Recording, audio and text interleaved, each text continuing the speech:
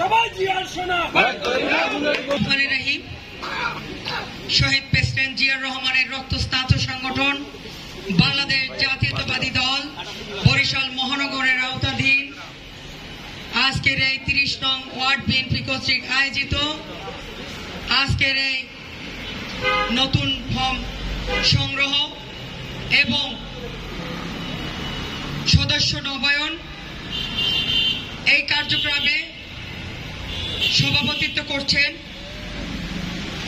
বাংলাদেশ জাতীয়তাবাদী দল ৩০ নং ওয়ার্ডের সাবেক কোষাধ্যক্ষ জনাব কাজী মাহে আলম। উপস্থিত রয়েছেন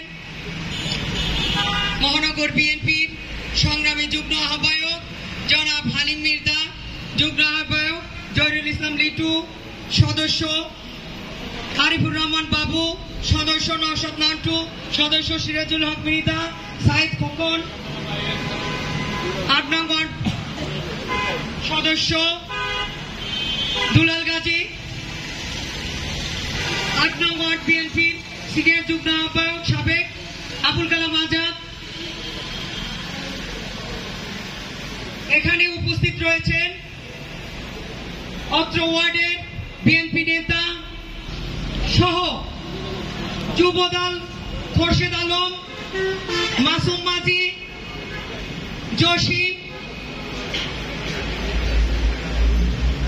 আজকের এই অনুষ্ঠান সফল করার জন্য মেহেদি হাসান, সালাউদ্দিন,